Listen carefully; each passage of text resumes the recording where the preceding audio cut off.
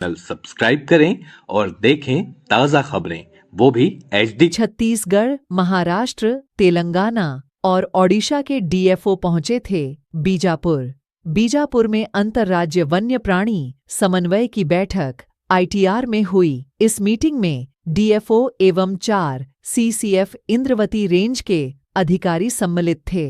वन्य प्रबंधन एवं समन्वय में 4 राज्य के अधिकारियों ने फॉरेस्ट के कर्मचारियों की समन्वय बनाकर तस्करी को रोकने एवं वन परिक्षेत्र का संरक्षण को लेकर आपस में सामंजस्य बनाने मीटिंग में रणनीति बनाई गई, जिसमें वाइल्ड बफेलो एवं टाइगर को संरक्षण करने कर्मचारियों में एक अलग श्रीजंग भी इस मीटिंग में दिखा। CCF सर मौजूद है, उनसे हम बातचीत करने की कोशिश करते हैं। सर, किस तरीके से सामंजस्य बैठने को लेकर बातचीत हुई है, क्या वार्ता इस वक्त हुई है? वार्ता ये हुई है कि किस स्टेट में क्या कार्य चल रहे हैं या किस तरह की प्रॉब्लम है। जैसे कि छत्तीसगढ़ ने के बीजापुर डिवीजन के DFO साहिबान, ITR के DFO डिप्टी डायरेक्टर साहब ने, सिरोंचा के DFO साहिबान ने और एडजॉइनिंग तेलंगाना के DFO साहिबान ने बताया कि सभी जगह सागौन है और इसमें अवैध कटाई की शिकायतें होती हैं और यह शिकायतें हैं कि अधिकांश लकड़ी तेलंगाना जाती है। हाँ सर, लगातार देखते हैं हम सटा हुआ इलाका है। हाँ। ऐसे में तेलंगाना हो गया, महाराष्ट्र बॉर्डर पड़ती है, यानी तिमेर से लगी हुई है। वहाँ पे अधिकांश तौर पे ये खबरें बाहर निकल के आती है कि बहुत सारी चीजें तस्करी की जा रही है। सागुन की अगर बात की जाए तो वो भी, उसको भी हमने बहुत करीब से देखा। इसको लेके सामंजस्य को लेकर किस तरीके से बातचीत हुई है, किस तरीके से कोऑर्डिनेट की गई है, क्योंकि लंबे वक्त से मैं देख रहा हूँ घंटों तक ये मीटिंग चल रही थी। उसका हमारा जो ऑब्जेक्टिव ये था कि एक समन्वय पैदा करना। उसके लिए हमने जो एक कार्य योजना बनाई है कि सभी कर्मचारी, एक तो जहाँ पे जो कार्य हो रहे हैं, जहाँ वो लोग प्रयास कर रहे हैं या जो उन्होंने के अचीवमेंट्स हैं वो उन्होंने बताया। उसके अलावा स्टाफ का एक दूसरे से इंटरेक्शन हुआ।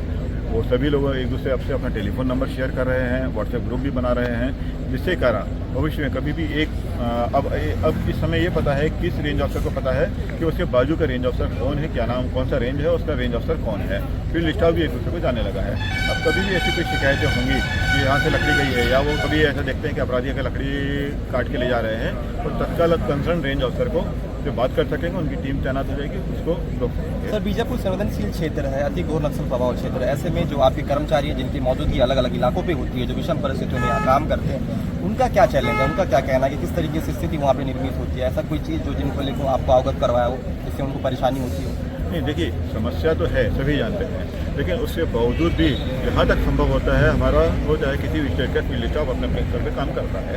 जैसे DFO सिरोंचा मैडम हैं, उन्होंने बताया कि किस तरह से उन्होंने वाइल्ड बफेलो को जहाँ जहाँ है उसको फॉलो करने के लिए उन्होंने एक टीम बनाई हुई है। स्टाफ लगातार वाइल्ड बफेलो के पीछे रहता है और देखता रहता है। तो अब वो इतनी एक्सपर्ट टीम हो गई है, उन्हें पता है उनके यहाँ के कौन से वाइल्ड बफेलो कहाँ हैं। अब क्योंकि हमारे यहाँ उनका जो कमलापुर रेंज है वहाँ और हमारे यहाँ इंद्रावती टाइगर रिजर्व का सेंड्रा और पिल्लू रेंज, इनमें वाइल्ड बफेलो का मूवमेंट होता रहता है। क्योंकि अभी हमारा सेंड्रा और पिल्लू में हमारा मूवमेंट बहुत फ्रिक्वेंट नहीं है, बल्कि बहुत कम है।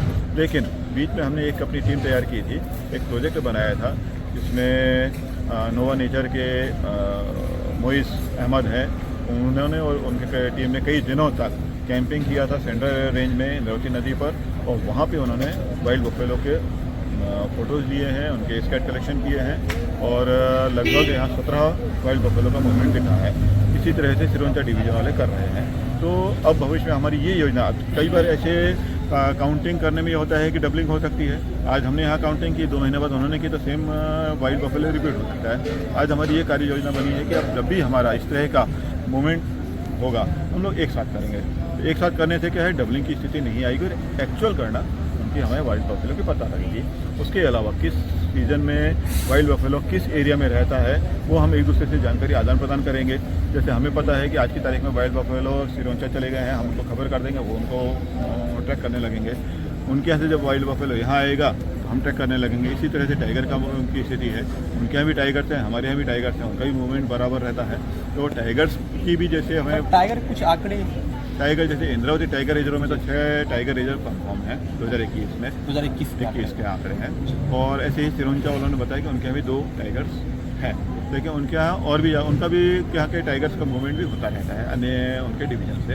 इसी तरह से तेलंगाना है, तेलंगाना से हमारा, मतलब जिस तरह से मैं बता रहा हूँ, सिरोंचा और ITR के बीच इस तरह का कोऑर्डिनेशन हो गया है। तो भविष्य में हम टाइगर्स हैं और वाइल्ड बफेलो हैं, इन पर नज़र रख सकेंगे। तीसरा हमारे एक प्रोजेक्ट चल रहा है वल्चर का। वल्चर चूँकि विलुप्त प्राय प्राणी हो गया है, जो कि हमारे इकोसिस्टम को बैलेंस करने के लिए, मेंटेन करने के लिए बहुत आवश्यक है, लेकिन अभी तक उससे ज़्यादा प्रयास नहीं हुआ था। लेकिन पिछले कुछ सालों से वल्चर्स का भी मॉनिटरिंग हो रही है। उसके तहत हमारे यहाँ एक प्रोजेक्ट चल रहा है कैंपा योजना के तहत, जिससे हमारे यहाँ सैकड़ों की संख्या में वल्चर्स, एक तो उसमें अवेयरनेस हो रही है, गाँव वालों को बताया जा रहा है। वल्चर्स पाए जा रहे हैं। वल्चर्स तो यहाँ हैं, लेकिन अभी तक क्या होता था, इसकी आंकड़ा अभी तक सर स्पष्ट नहीं हो पाई है। हालांकि मैंने बहुत पहले भी सुना था। हाँ, 200 से 250 के बीच अभी तक दिख रहे हैं, रिपोर्टेड हैं। बहुत से ऐसे प्राणी हैं जो विलुप्त के कगार पे थे। हाँ, एक एक करके सभी प्राणियों को लिया जाएगा। अब जैसे यहाँ पे बोलते हैं कांगेर वैली में जैसे चर्चा है, मैं वहाँ की बात कर लूँ, माउस डियर के बारे में सुन रहे हैं, वहाँ पर है, उसकी मॉनिटरिंग कर रहे हैं। तो एक एक प्राणी को हम लेंगे, इस तरह से उनका मॉनिटरिंग करेंगे, उसका मैनेजमेंट के लिए क्या आवश्यक कदम हैं उनको हम उठाएंगे और उसके आधार पर। सर, ये बस्तर संभाग में बीजापुर में पहली बार बैठक आयोजित की गई थी। इससे किस तरीके से फीडबैक आपके कर्मचारियों और अधिकारियों के बीच में बैठी है? निश्चित रूप से हमारे कर्मचारी बहुत उत्साहित हैं। अब उनको एक उनके जो काम करते हैं, एक नए उत्साह का सृजन हुआ है उनमें, क्योंकि अब उनका एडजॉइनिंग डिवीज़न वालों से परिचय हो गया है। अब निश्चित रूप से सूचनाओं का आदान प्रदान करेंगे, आपस में नॉलेज शेयरिंग होगी, तो उससे क्या है, दोनों को फायदा होगा। सर, इस बैठक में कितने जो कर्मचारी हैं उनकी मौजूदगी थी? लगभग 120 कर्मचारी मौजूद थे सभी स्टेट्स के। केवल हमारे यहाँ के कर्मचारी नहीं थे, उड़ीसा से भी आए हैं, महाराष्ट्र से भी आए हैं, तेलंगाना से आए हैं, और अन्य स्टेट से 4 DFOs आए, एक CCS साहब आए।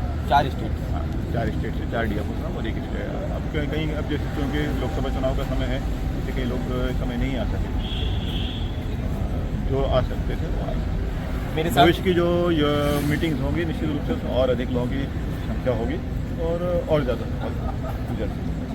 मेरे साथ CCF आर.के. पांडे जी इस वक्त मौजूद हैं। इनका साफ तौर पे कहना है, जिस तरीके से बीजापुर से सटा हुआ जो इलाका है, अंतर्राज्यीय पड़ता है, तेलंगाना, महाराष्ट्र, उड़ीसा और अन्य जो बॉर्डर हैं वो पड़ते हैं। ऐसे में जिस तरीके से तस्करी की जाती है, उसको रोकने के लिए कोऑर्डिनेट किस तरीके से की जानी चाहिए, वहाँ के अधिकारियों के साथ आज बीजापुर जिले के ITR यानी इंद्रावती टाइगर रिजर्व में एक बैठक आयोजित की गई थी। एक बड़ी बैठक बीजापुर जिले में देखने को मिली। पूरे बस्तर संभाग की अगर बात की जाए, संभाग में ये पहली बैठक है जिस बैठक में जिस तरीके से अधिकारियों के और कर्मचारियों के बीच में वार्तालाप हुई है, घंटों घंटों तक ये वार्तालाप हुई है। मैप के माध्यम से किस तरीके से लोकेशन बताई जा रही थी, किस तरीके से तस्करी कहाँ की जाती है, किस तरीके से कोऑर्डिनेट उस इलाके पे होनी चाहिए, इन सारी चीजों को लेके एक वहाँ पे बैठक हुई थी। उस बैठक में एक नई तरीके से जो उत्साह है वो कर्मचारियों में देखने को मिल रहा है। भरत दुर्गम, न्यूज स्टेट, बीजापुर। अगर आप मेरे चैनल पे नए हैं तो बने रहें और सब्सक्राइब करके बेल आइकन दबाएं ताकि बस्तर नाउ की अपडेट आपको मिलती रहे।